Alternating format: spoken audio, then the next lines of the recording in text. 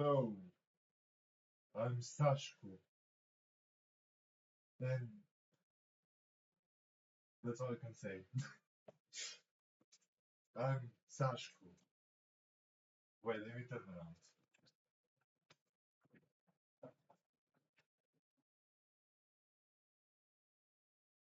Hello, I'm Sashko.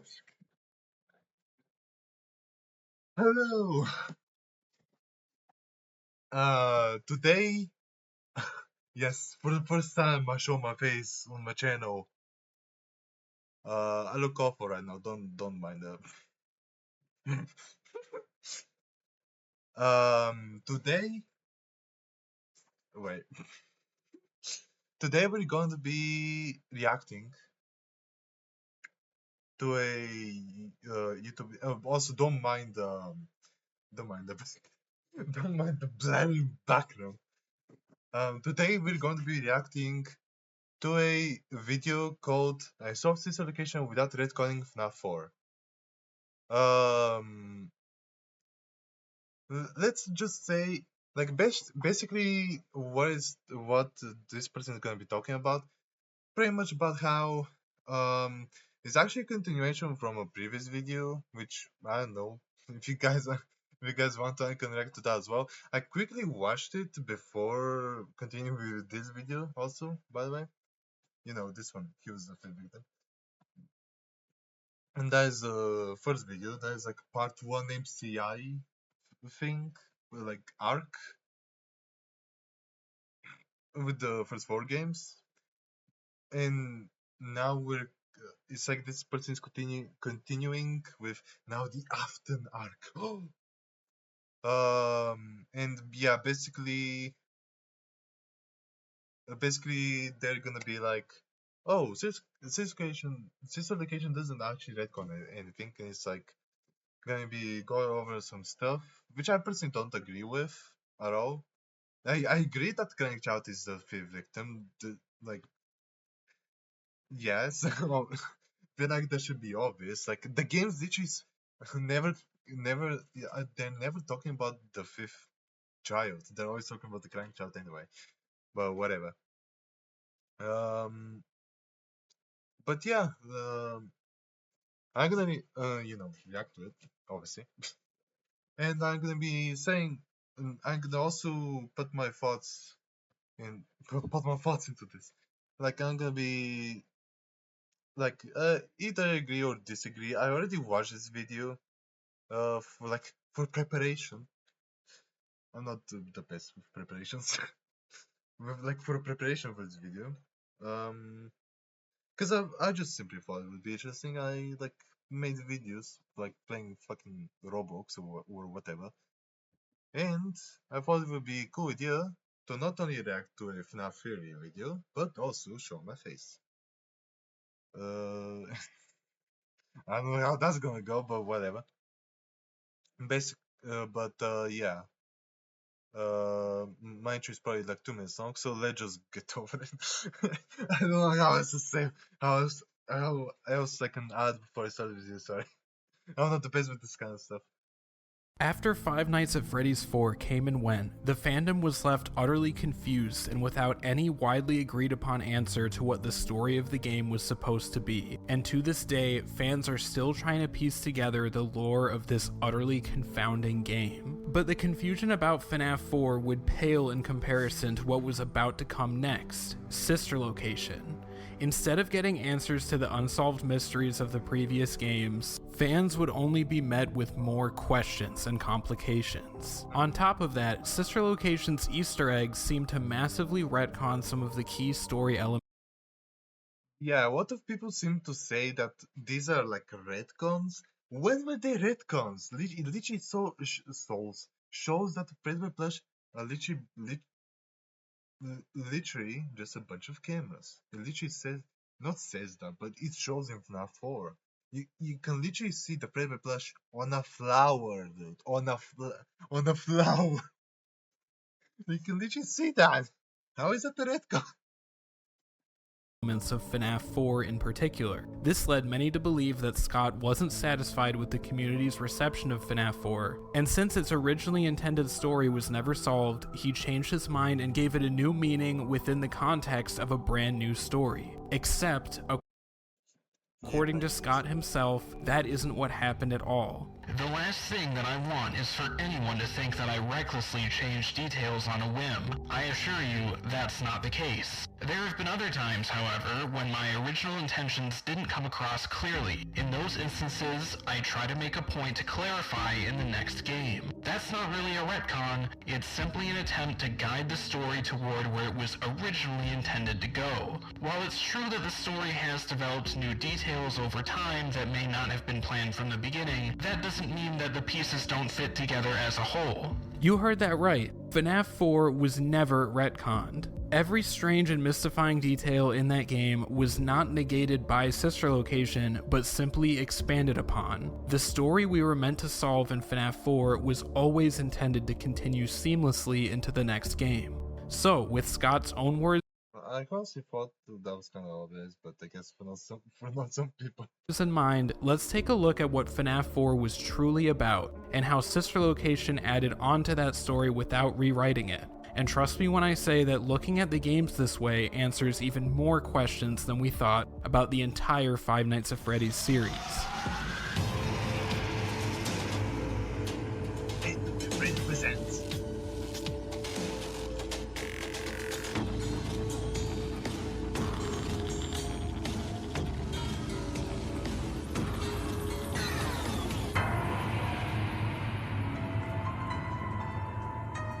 Part 1, 5 games, 1 story. First, let's answer the question of what Changing it for 4.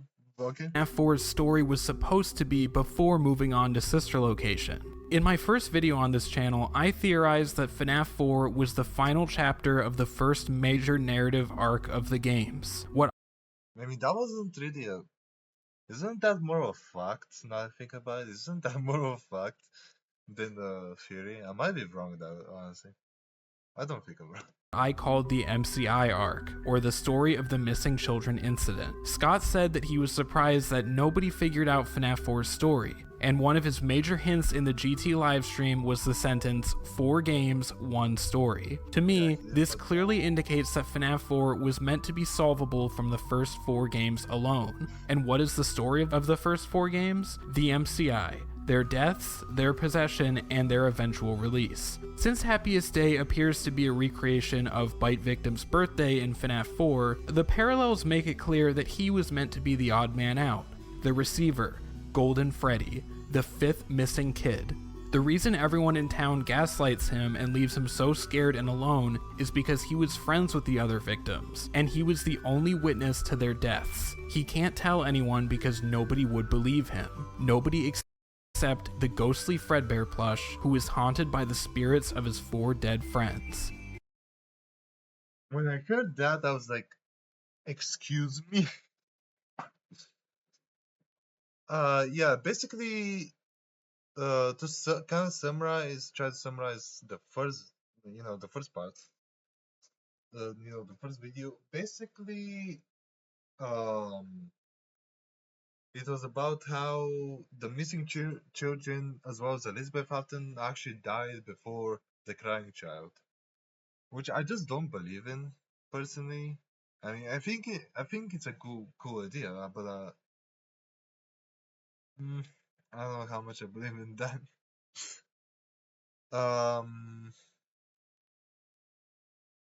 What was I about to say? Sorry, I literally forgot. And yeah, it was like, oh, the children are the Fredbear plush. To me, this is the most reasonable interpretation of Fnaf 4 using the first 4 games alone. Even if you don't agree with that assessment, you should stick around, because I think you'll find the way this narrative connects to sister location very interesting. Scott intended for the MCI arc to be a self-contained story within the first 4 games, but he intentionally left dangling plot threads unresolved with the intention of picking them up in a future game. Bite Victim's story was over, but he was always planning to expand on the story of his family in the second major narrative arc of the series, which began with Sister Location. To be fair, if I'm being honest, I kinda used to refer FNAF 4 also as the beginning of the Aftermath. I can't lie. To be fair, I no longer think that's the case. I'm pretty sure it's kind of obvious in my personal opinion, but FNAF 4 is literally just a continuation from FNAF 3. Continuation, in quotes. What I mean by that is the cost. It's like why the FNAF 3 minigames are the way they are. You know, why is there Chico? Why Mango? You know, why all this stuff? And literally, FNAF 4 is supposed to acknowledge basically all of these minigames in FNAF 3. At least that's what I believe in anyway. Because it just makes the most sense that way. In my personal opinion, FNAF 4, both FNAF 4 and FNAF World are literally just like supposed to be like not recreations, but like basically talking about the FNAF 3 minigames and what they mean. Is I feel like a lot of people would agree with me on that one. I might be wrong. At this point, I think virtually everyone is on the same page that the Afton family and the FNAF 4 family are one and the same, with Michael being the older brother. To be fair, yeah. But pretty much everybody agrees with that, except for the ones that believe for some reason my community might contain different people. I mean, I wish the Nuggets were different, but unfortunately they're not. No, I don't actually mind Michael Afton being the protagonist of like every single game, but come on, man, what was the fun in that in Random Nuggets? You know, being just Random Nuggets. What happened to them, man? No, to be fair, for the narrative to be more compelling, I think it just makes sense for Michael Afton to be pretty much everybody. Everybody to be the protagonist of every single game. And William being the absent father. One of the major plot points Scott left unanswered in that game was the empty girl's room in that house. One that presumably belonged to a missing sister. And that is the first mystery that Sister My dear, her eyes, the delicious white like that. Is it? Were her eyes always like this? I don't remember. She looks like she's seen some shit. Location solves. It literally tells us where Elizabeth Afton, the missing sister, is located. Sister Location tells the story of a grown-up sister location where the sister is located. I don't know why. I thought that was fair. Michael Afton delving into the twisted nightmare his father created to find Elizabeth and put her back together, just like he asked him to, and along the way discovering dark secrets his father had been keeping from him his whole life. We'll get to those soon. But first, let's see how Elizabeth's story fits into FNAF 4 and shines a light on William's motive for everything he does.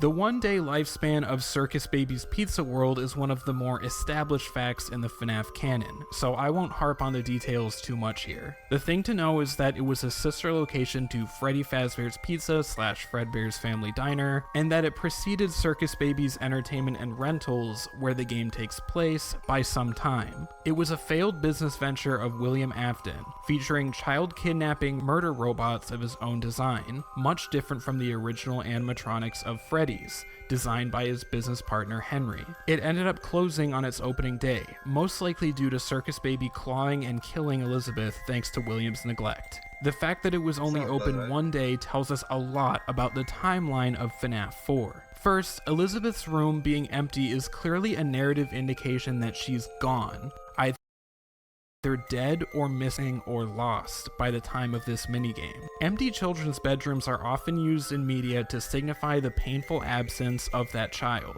and I think that's exactly what Scott was doing here. I mean, yeah, makes sense. It actually makes a lot of sense.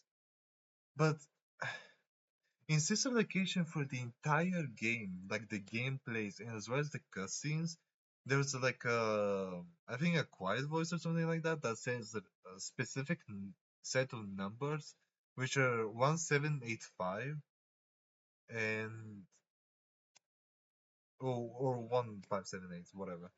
In my personal opinion, I genuinely believe that's supposed to say the date of Circus when Circus Baby opened and then closed, and which is also Elizabeth Afton's death, which I believe is the 1st of July of 1985.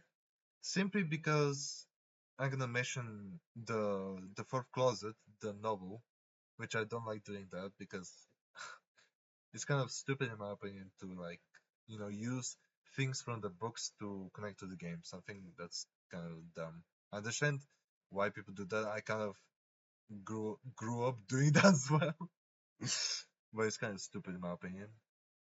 But whatever. But yeah, I searched on the wiki for Elizabeth Arden specific, from the fourth closet, and it says that her death was like what, like before July of 1985, something like that. And it got me thinking.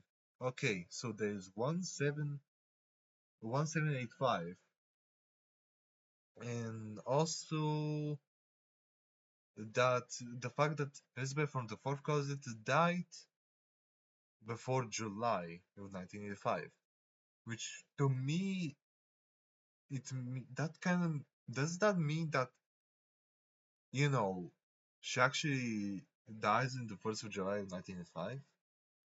I don't know. I think just that just makes the most sense. I understand why 808 Freddy's think differently though. To be fair, yeah, an empty bedroom, who's supposed to belong to that of a child, then it being empty makes a lot of sense as well, to be fair. It's not empty because she just happens to be down the street somewhere. Though, in my personal opinion, there's a girl that showed earlier, um, in Fnaf, in Fantasy Praise 4. Actually, did it show? Yeah, it did. Scared and This girl right here. I personally, this girl right here. I personally believe that she's Elizabeth because she's got pretty much the same pigtails as Circus Baby, and she's also got green eyes, which you can't really see here. Uh, but she does.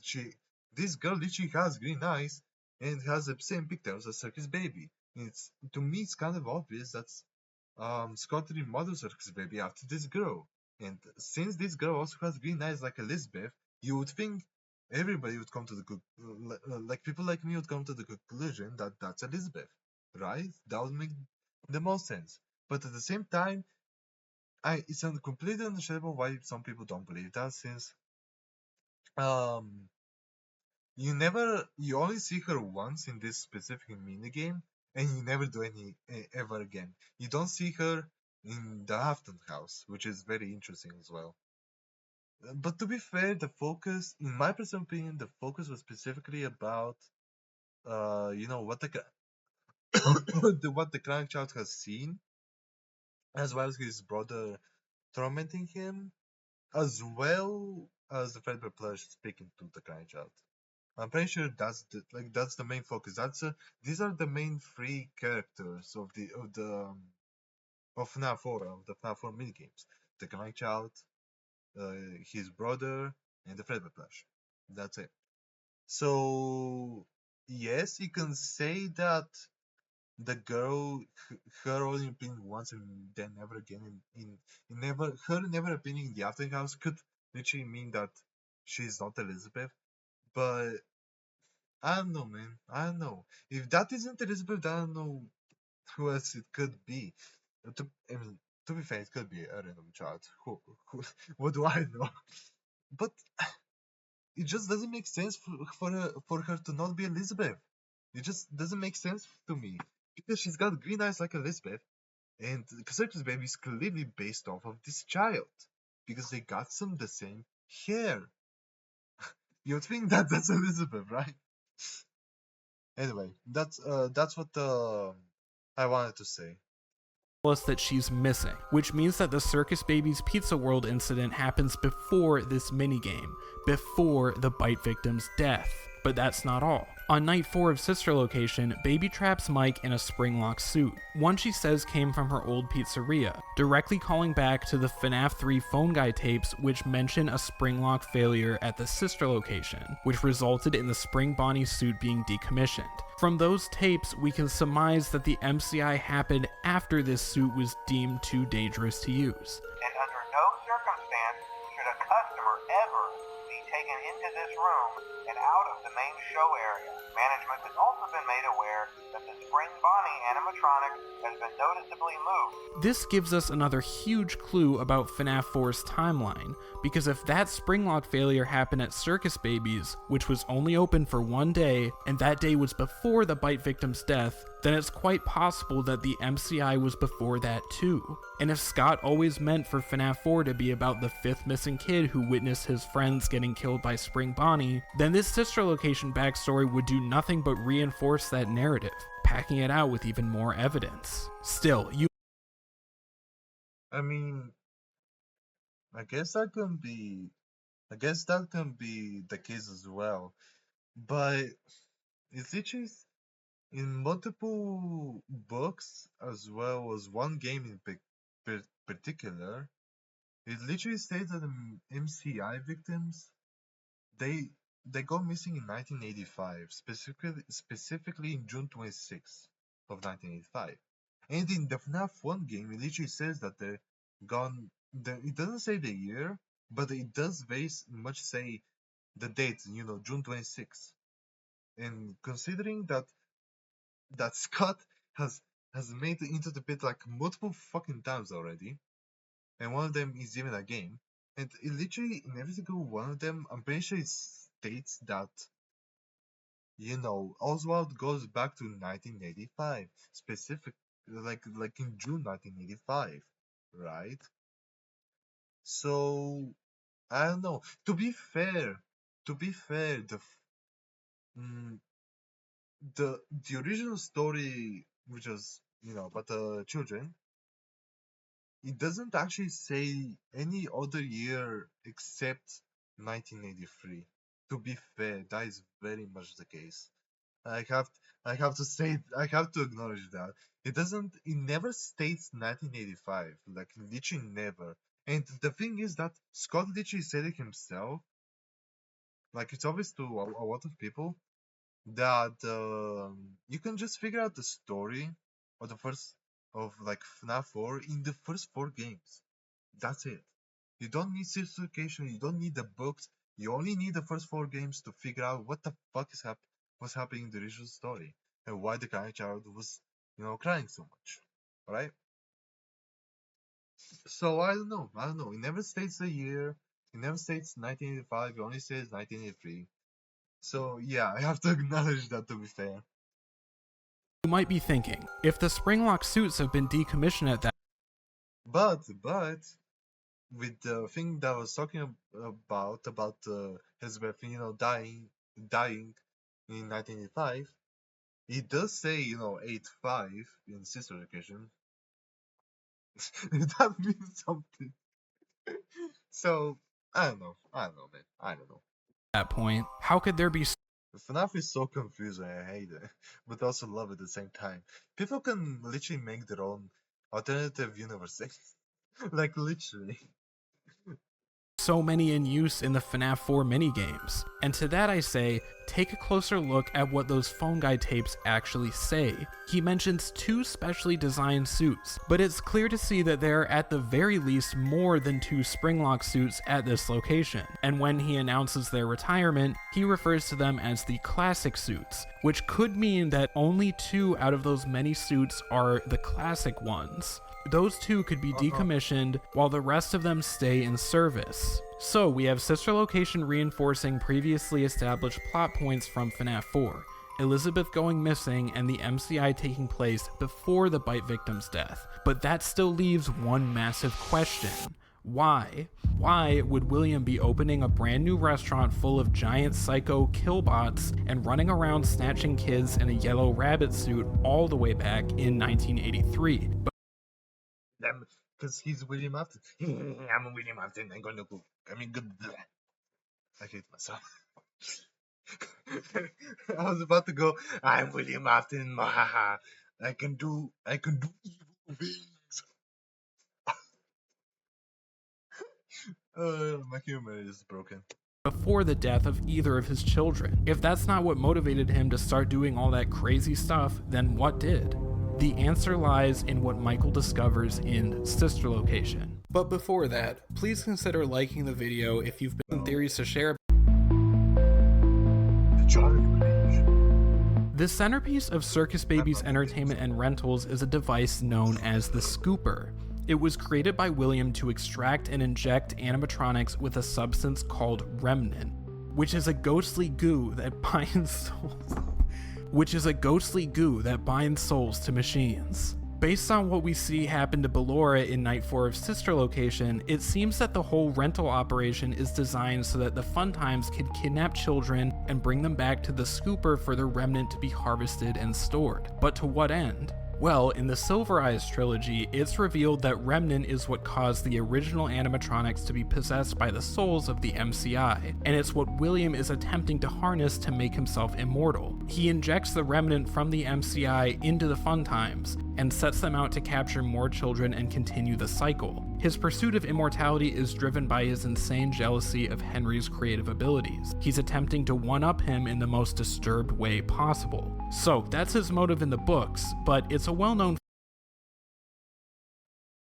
My personal opinion, though, I don't think that's right to to take something from the books. Like William's whole motivation and stuff like that. Like William in the Silver Eyes, in the Silver Eyes novels, he literally has some kind of backstory that isn't explicitly stated, but it's like, it did something to him that he's the way that he is. And at the end of the day, he's a human. He's a fucking human being. At least he has to love somebody. Like, come on. Like, come on. It should be obvious. What was I?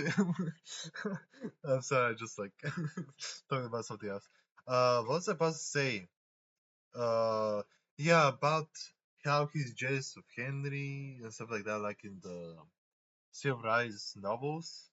I mean, that still could be very well be the case, but I simply don't think that's and if it is something something in the games, is I I I just don't think that's his motivation, or like, no. Okay, well, I'm sorry. This person was trying to say, I don't think it's because of Henry. Henry's like William's motivation, but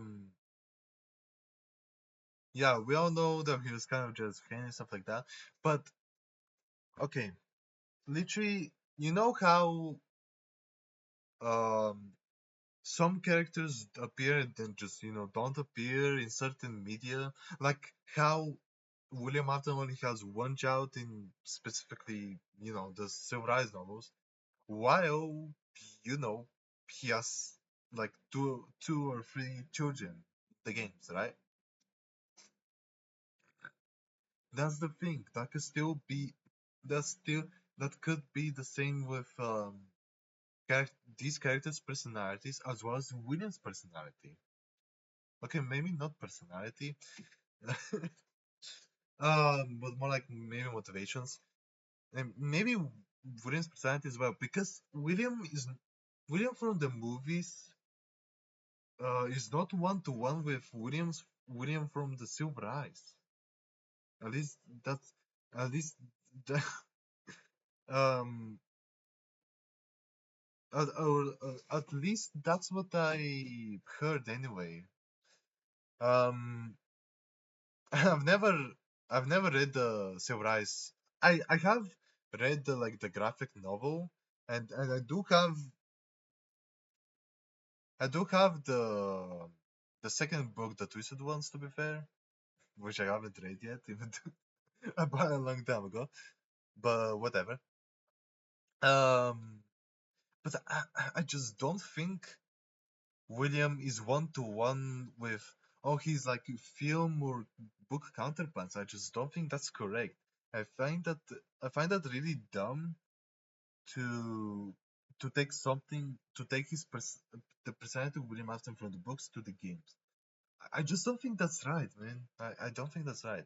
And it's not just his personality, but the but also his motivations. I just I don't know. It just doesn't make sense to me.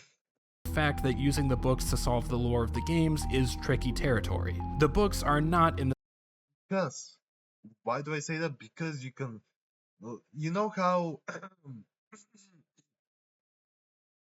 how the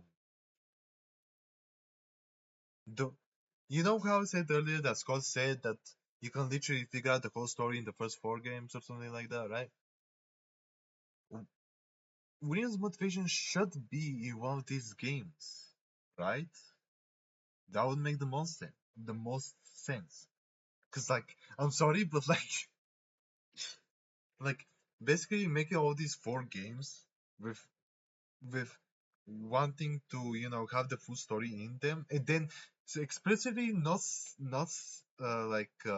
hinting or saying about what William's motivations are, who he is as a person, which I guess technically we can see who he is as a person by the mid games since Fnaf 2, but his motivations,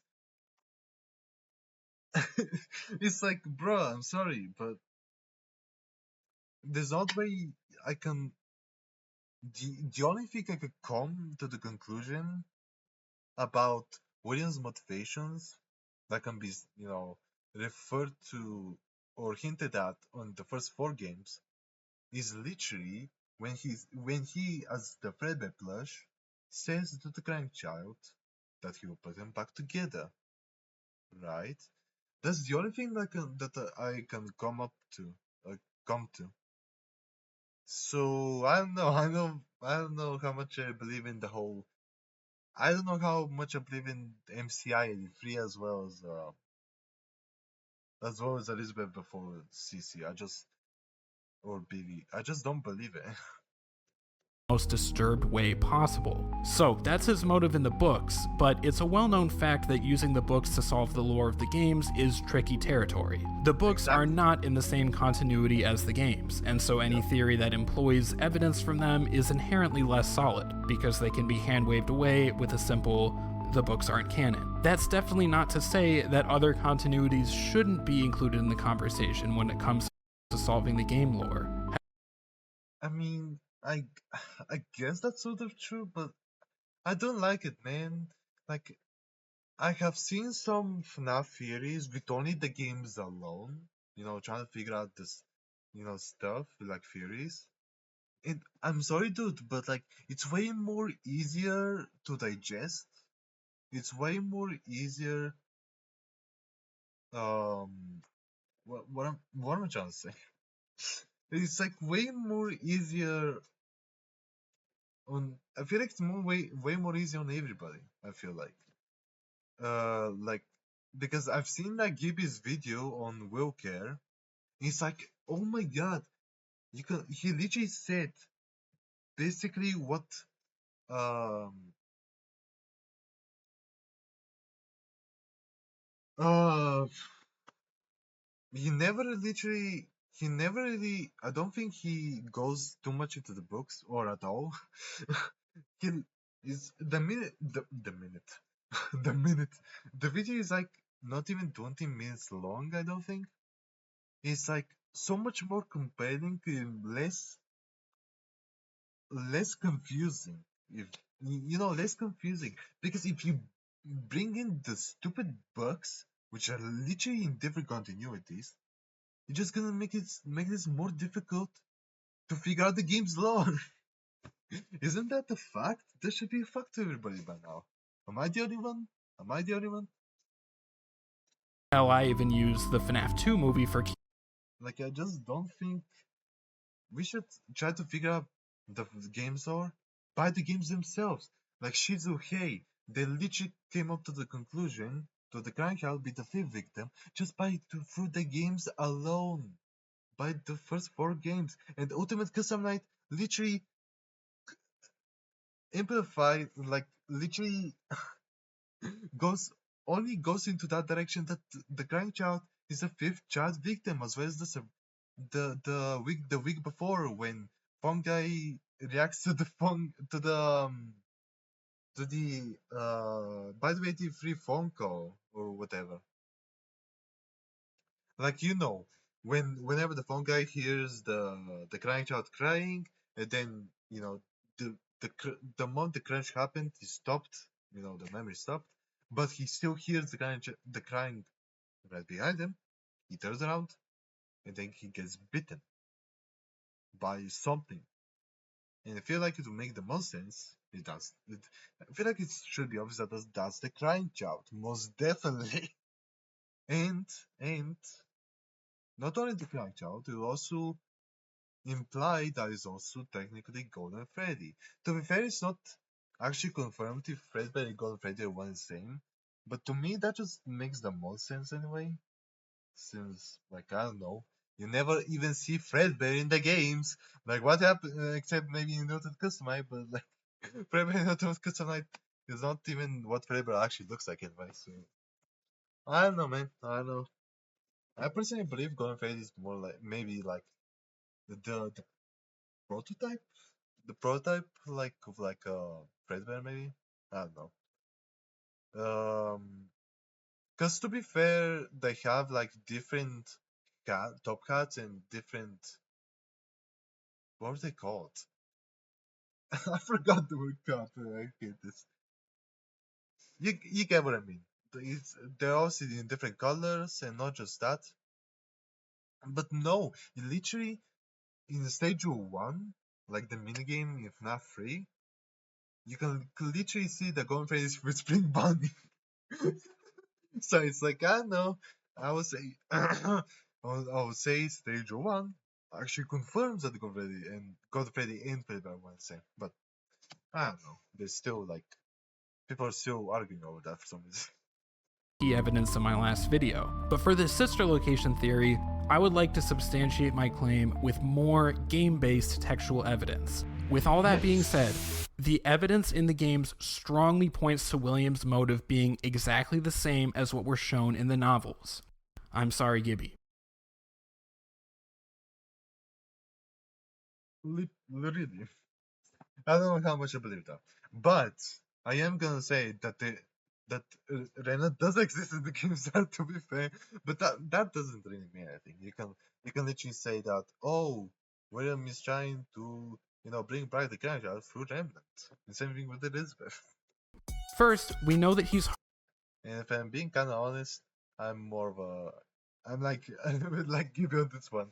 Like, cause like I don't know, man. I want Woody Martin to care about his kids. I don't want them to be some ruthless psychopath. I'm sorry to say this, but like him being a villain, him being completely pure evil, with no love for everybody, including his kids. I'm sorry, but that's just such a boring villain. I don't understand how anybody can like a boring villain like this. I would say this. I would say that it makes William more complex as well as more terrifying. If he does care about somebody in his life. In this case, that being his kids. I would say that makes the most sense. But to be fair, I do believe.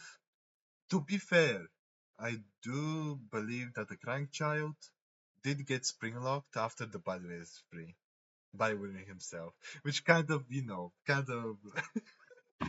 which kind of, doesn't make sense if he does care about his child. Which, yeah, makes sense. Maybe I don't believe Vulcan after all. I don't know. I think it says something about the Crankchild later. I could be wrong. It could be in his previous video, but I'm not too sure. Maybe maybe I should have talked. Maybe I should have said some things later, but whatever. We'll see. Harvesting remnant for some purpose, going so far as to run a mass remnant harvesting operation from his underground bunker. So efficiently, in fact, that it doesn't even need his oversight to function. By the time of sister location, we can assume that this operation has gotten much more sophisticated since Circus Baby's initially opened. But we can also deduce from Baby's story that this was the plan all along. William opened Circus Baby's Pizza as a front for collecting remnant. Its closing ended up being only a minor hitch because he was able to continue his master plan using the rental service instead. But here's the thing. We know that all this started before the deaths of either of his kids and before the MCI. So whatever reason he had for opening Circus Baby's Pizza at the beginning of his remnant operation can't be to revive either of his children, or to recreate the accidental possession he may have witnessed. It just doesn't add up from a timeline standpoint. But there is another character in this story who could have prompted William to start all of this. Henry, William's business partner and co-owner of Fazbear Entertainment, Henry Emily, with whom he has a very complicated relationship. We get lots of information about their dynamic in the novels of questionable canonicity. Henry was the creative mind behind the original Freddy's animatronics, and William, who was also talented but very competitive, was always jealous of him and his abilities, feeling an intense mix of admiration and hatred for him. But it could be different in the games. Actually, in the films, you know how there's like Vanessa's dream in the second film? Don't we literally see how in William's workshop there's like a sketch of like Freddy or whatever, like second or third version or whatever? Doesn't that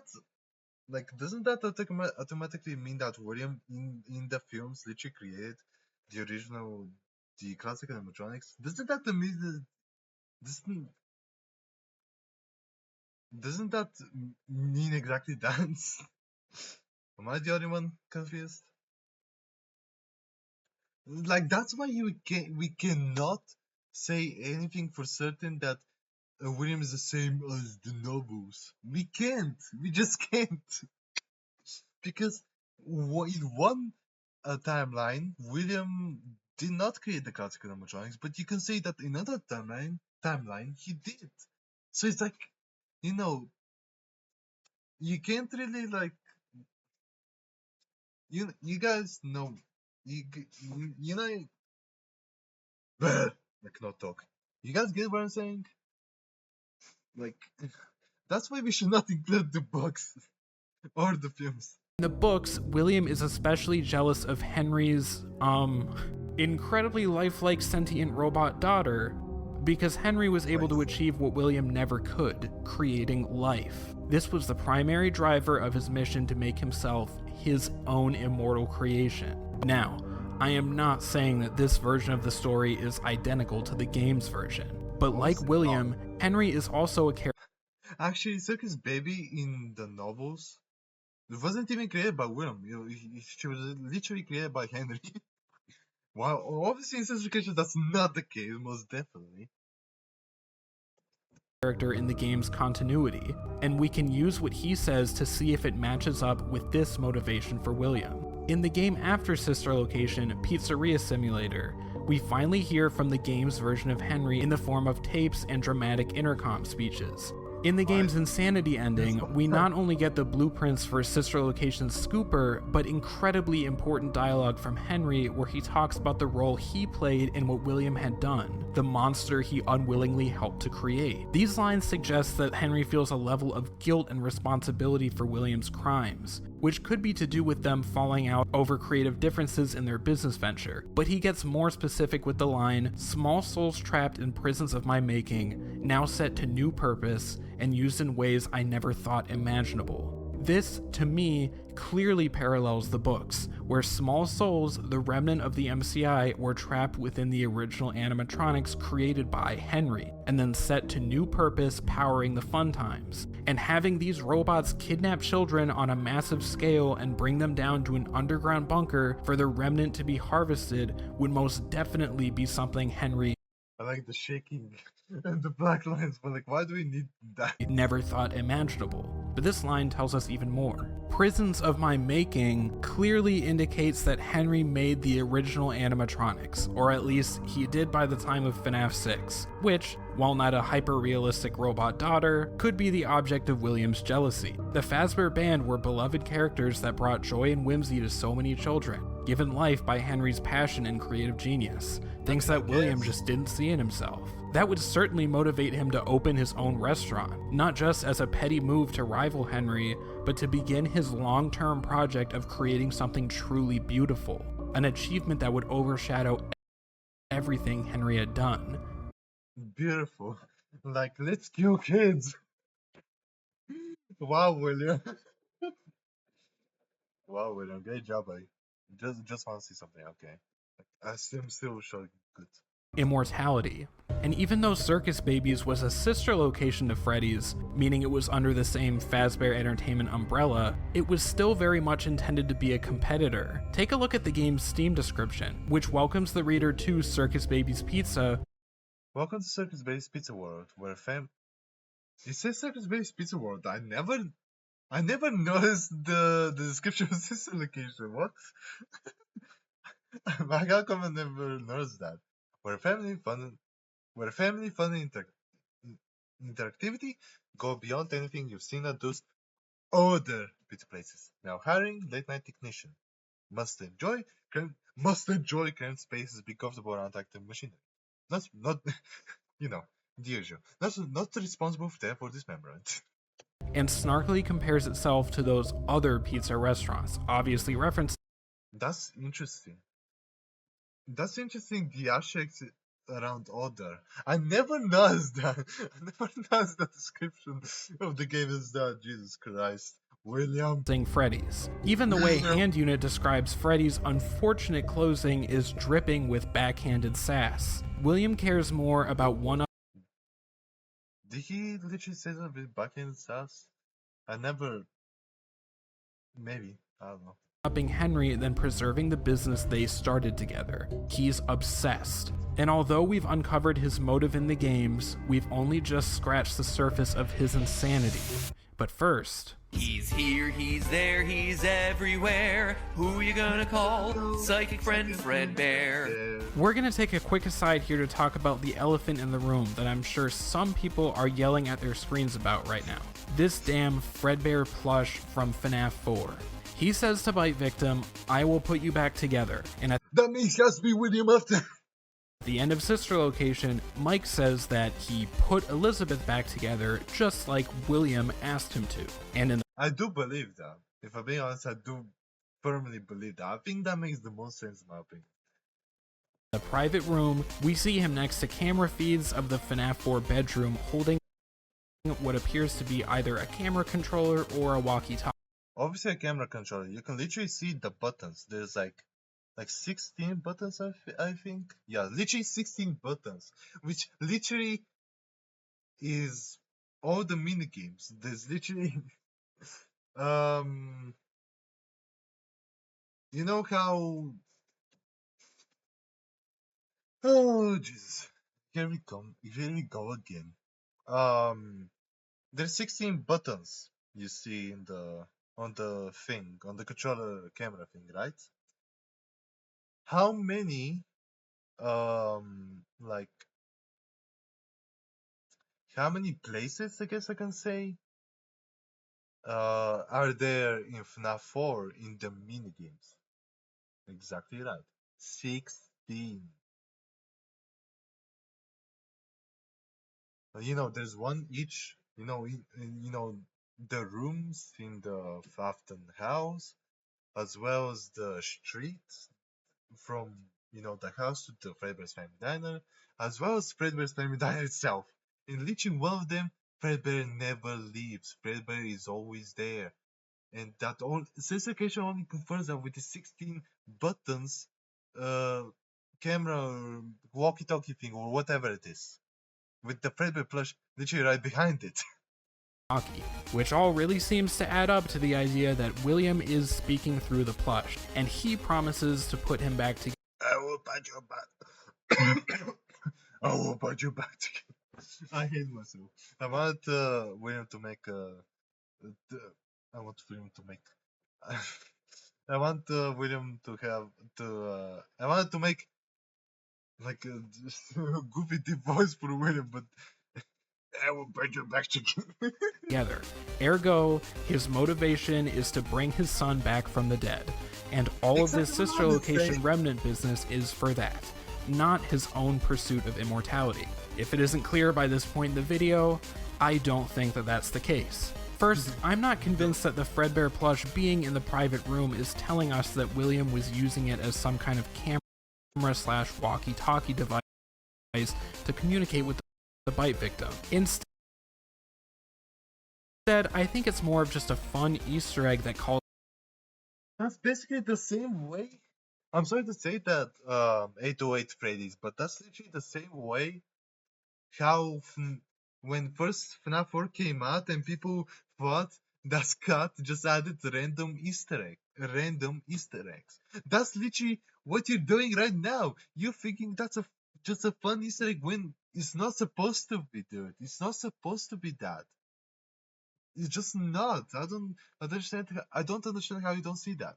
Like I used to think that the voice, the garbled noise that you hear in FNAF 4, that being the phone guy's voice, I also thought that was just an Easter egg. I no longer believe that is. Because FNAF 4 does not have just random Easter eggs. It's filled with lore. The same thing with sister location. So it doesn't make sense why anybody would think, that the Fredbear plush, oh, it's just some fun Easter egg. No, it's not. That's just a fact. It's not. back to Fnaf 4, and its presence is secondary in importance to the cameras themselves. Or, if you want to take things more literally, it could be an indication that the spirits of the MCI are present at this location, which they are, in the form of the fun times. True. I am gonna agree with that, true. Second, I don't think that the repeated use of put back together necessarily indicates that William promised he would do that for his son, because that sentence is used to describe two entirely different things. That's not true at all. And I'll tell you why. Okay, so this person thinks that this line here that I'll put you back together, and earlier he said, that the crying child is broken or something like that. 808 Freddy's thinks that it's like spiritually, that crying child is spiritually broken and he's supposed to be put back together in spirit. I just don't think that makes sense. I don't think that's correct, because the crying child is very much still alive. When he's told that, he's still alive. Broken doesn't mean dead. It means something completely different. Broken, it means that he's physically broken, not spiritually. I personally believe what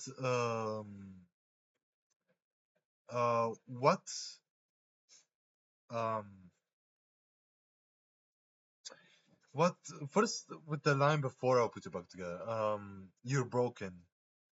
With the you're broken part, I just don't believe the Fredbear plush means spiritually. I just don't think that. Because not only, okay, I'm repeating myself, I'm sorry about that. Yeah, he's not dead. It's clear, it should be obvious by now. He's not fucking dead. But what does it mean to be broken then, if he's not dead? Simple, he's physically broken. A part of him, probably his frontal lobe or something like that, is stuck in Fredbear.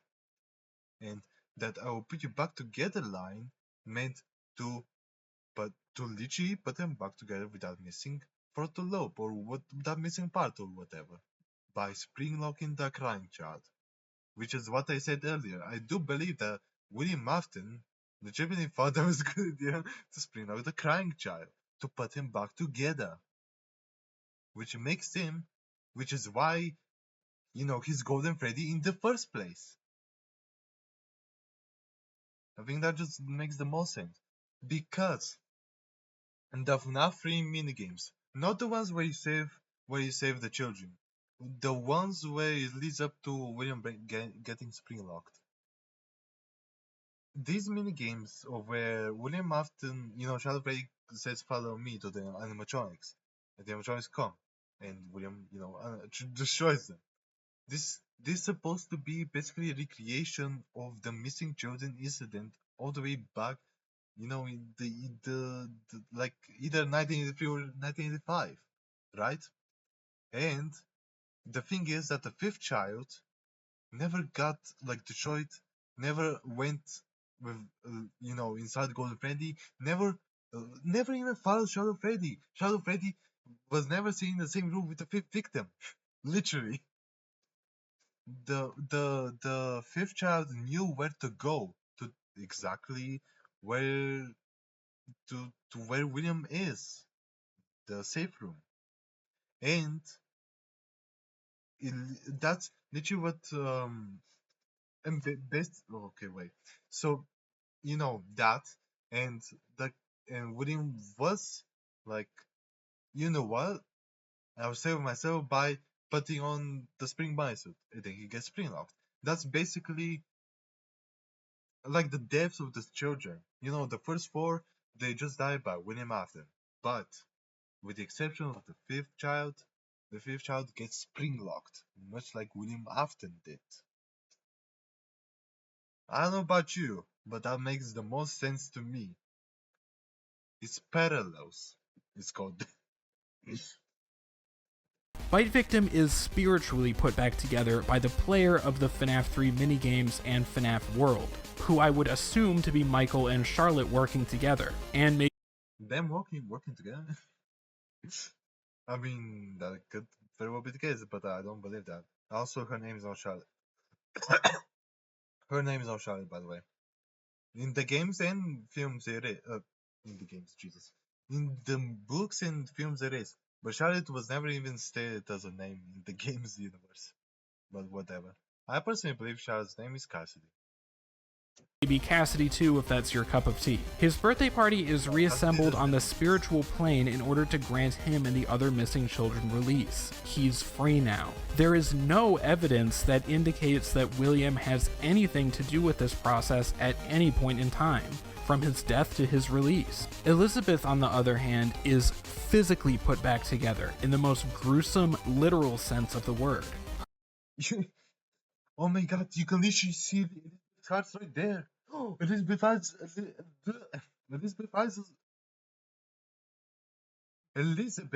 eye as well. Down there. I hate myself. The way 808 Freddy said it, it's like, it's not just the end of skeletons, it's like Elizabeth's body. Which, no, I personally don't believe that. No, that's also spiritually, technically. Because I'm pretty sure that Elizabeth's soul is like scattered across the different funtime animatronics. That's what I believe in. Her Like literally the Ennard, what's it called? The Ennard man, what's it called? The teaser, yeah, the teaser with Ennard, it literally states there's a little me inside of every body. body To be fair, it could literally also mean physically, but I don't know, man. I don't know about physically. is reassembled in the form of Ennard at the end of Sister Location, and she physically Why would it be physically, actually? Why? Actually, now to think about it, that doesn't make sense to be physically anyway. It would make much more sense if it's like physically, because like, so there's a heart, it's not Funtime Freddy, but there's also an eye, is that Ballora? That makes some sense. escapes the bunker. She Like, you'd think that technician would notice that. He's free now. It's an obvious parallel to Bite Victim's reassembly, but it's meant to highlight their differences and contrast them, not tell us that it's the same thing happening twice. Sister Location is a much edgier game than the original Tetralogy. True, very true. I am gonna agree with that. Full of self-aware references and dark humor. It's I wish more games were like. I wish FNAF was going that direction, just in general, not specifically on Sister Location, but oh well. one of the things I love about the game, honestly. It intentionally turns a lot of the tropes of FNAF on their head, and I see this line as being just another instance of that. So, who actually says the line in FNAF 4 if it's not William? Your mom? It's hard to say. If there is a Cassidy, it would almost definitely be I love that. I love Cassidy just like 404 not bad. her, but then it's also hard to say what role she plays in putting Bite Victim back together. Based on how we actually see that happen in FNAF 3, I think the strongest contender for that line is Charlotte, although Charlotte's name is not Charlotte, it's Cassidy. that throws into question when she died and why she would be represented by Fredbear. Another strong contender narratively would be Michael, because if he is the player of FNAF 3, No, I personally don't believe that. It makes no sense. Literally, okay, so Michael speaks for like 3 lines. He says he's sorry or whatever to the grandchild, and then he goes as the President plush. He goes as President plush and like, you're so broken. Like, what? I'm sorry, but what? he would be finally fulfilling that promise. But I'm sure the issues with that interpretation speak for themselves. The Right? That's what I was just saying. best way I can put it is, I'm not 100% sure who says this line, but I just think William makes too little sense. I mean, I guess I can see that with your theory, but with my theory, I personally believe that William makes the most sense. I don't know. To be fair, I can understand why you would think that. But I don't know, man. There's not many contestants for who it could be, so. And I just don't believe it's the children. I feel like it's way too early for them to die, as well as Henry's daughter.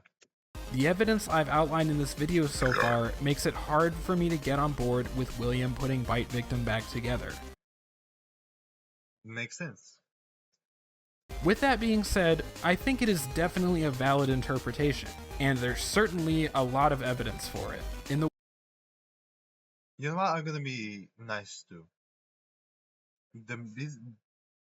Your theory of the missing children or Charlotte being Fredbear, the Fredbear plush, is also a valid interpretation. Words Here you go. Being nice. Now let's be mean. of the man himself, it's on Oh no, the man himself. Oh no, not Madman. and there's certainly a lot of evidence for it. In the words when I just said, let's stop being mean, it shows Madpat. Look, I don't hate Madpat. I just hate it when people say that Madpat is like the FNAF theorist. He's not. Like, Shizuhei and Gibby and some other theorists are simply way better than Madpat in my opinion. I'm sorry, but like, Shizuhei came to the conclusion that grandchild is the victim, as well as you. 808 Freddy's. But while Madpat is just like, oh, Golden Dew. I used to blame that theory for a while actually, but now that I think about it, the theory is just fucking stupid and I don't believe it anymore. of the man himself, it's all just a theory. Oh. No. Oh. No! I mean, to be fair, Tochika is William Afton. We all know this.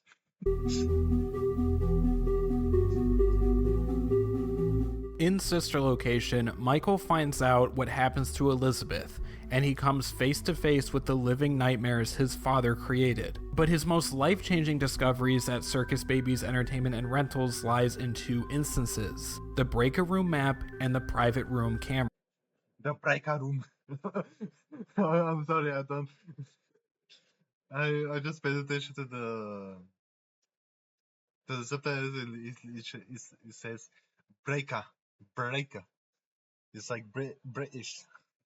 The breaker room map shows us a schematic of the underground facility connected not only to Bite Victim's house and the restaurant from the FNAF 4 cutscenes, but also the FNAF 4 night gameplay house and the plush trap hallway, marked on the map as observation. The Yeah, by the way, yeah, they're called observation like rooms or whatever. I never noticed that until I watched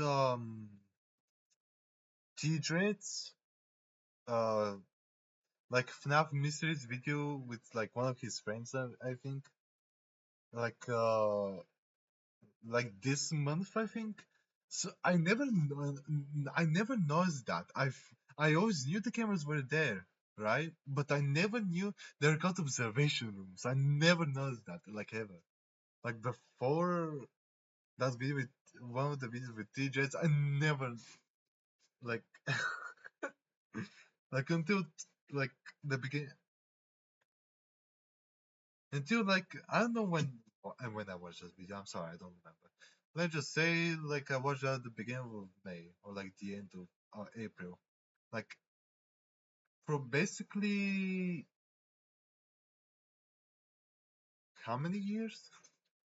For let's just say like 9 to 10 years, I always thought that yes, these cameras do exist, but I just thought they were just they were never referring to as observation rooms. When I saw that, I was like, I did not expect that. Private room cameras, password protected by 1983, show us the visual feed of those areas. But what is this telling us about FNAF 4? And what does it mean for Michael? Well, first and foremost, it's telling us that the rooms from the night gameplay of FNAF 4 are 100% real, physical locations in the world, not dreams like we all thought. But it isn't just a recording of Michael's childhood home either. It's live-streamed footage of where he currently lives. A live stream footage? What? Take a look at the wallpaper That's crazy. and lamp in Mike's I mean, it makes sense that it's a live footage. It's still very much active. Like, damn, dude, William is a creepo. living room that we can see between each night of the game. It's clearly the same house, which may seem confusing, but it's actually just reinforcing something that Scott was trying to get across in FNAF 4. The night gameplay of FNAF 4 is Mike being haunted not only by the guilt of his brother's death, but by the trauma of working at the FNAF 1 location. Just the trauma?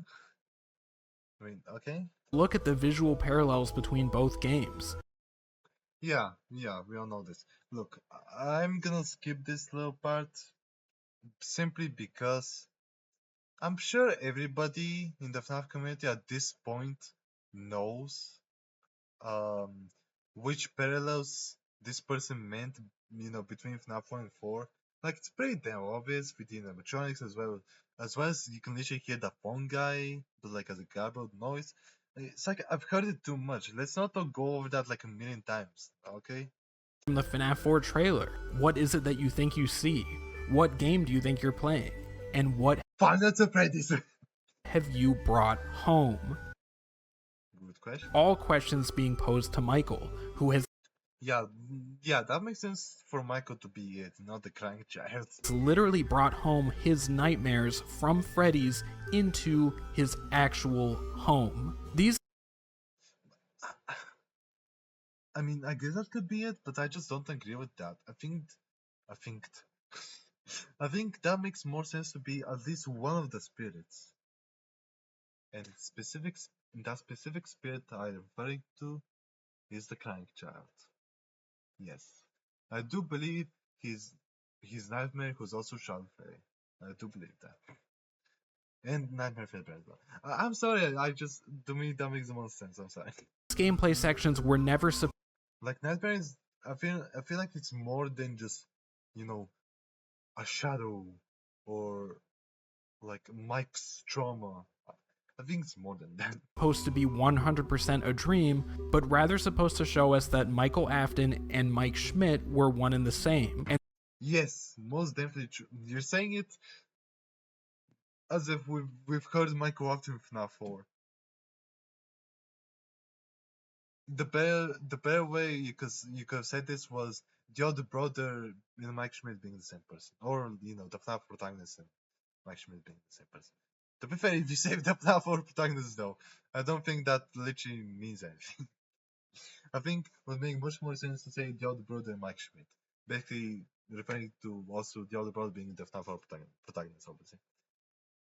Whatever, I'm chatting bullshit at this point. that his childhood trauma has merged with his haunting experience at Freddy's to make his life a living hell. A I personally don't believe that's the case though. living nightmare from which he can never wake. That's what the To be fair, that is pretty scary. player discovers in Sister Location. But what Michael discovers is that this massive underground complex of child murder and experimentation has existed literally beneath his feet his entire life, from his childhood home to adulthood, with his father that's watching his every move. His whole life, Oh, I did not like the fact that he had William's big ass face looking in at Michael, looking down at Michael. I hated that. That just makes William so creepy, man. William is legitimately, legitimate, legitimate, legitimately more creepy.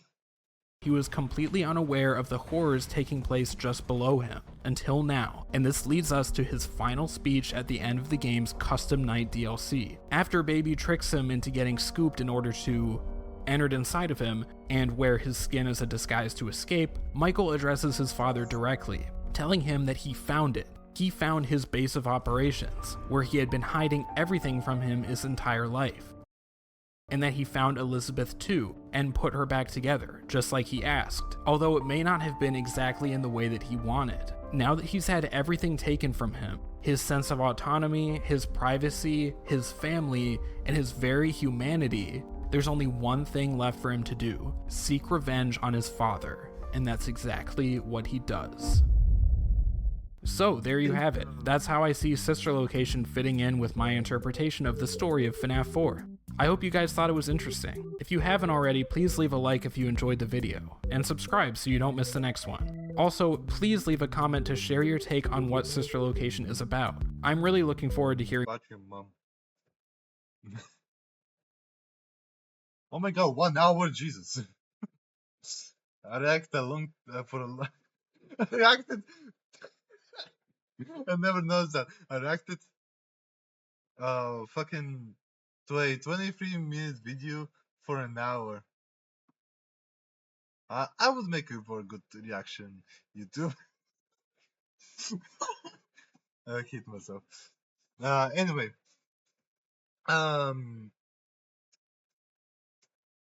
What can I say? I mean, yeah, it's an interesting theory. Oh, hold on. This is an interesting theory, to be fair. I just don't. I personally believe that. I mean, I already said what I kind of said when I saw the video. You know, I don't think. I don't. Is there something more I can say to add to the video? Did I miss anything? I don't think I did. I mean, yeah, I just believe that it makes the most sense for me that Will care that William. It makes sense for William Afton to actually, care about his kids, and for the MCI as well as Circus Baby's Pizza World, opening then closing. It would make sense that would be in 1985, right? But at the same time, some points to what 808 Freddy's was saying. I do agree with some of it. Just not a large part of it. It's an interesting theory, though. To be fair, I mean, yeah. By the way, yeah, I did say their name, but I think I've ever shown the channel. Hold on. That's the. Am I even sure? I'm not covering it. I'm sorry. That's the video. So subscription, blah blah blah, and there's the channel. He's a purple phone, purple phone. Oh, whoopsie. He's literally. It's like the phone goes to purple guy wrong. What are we doing?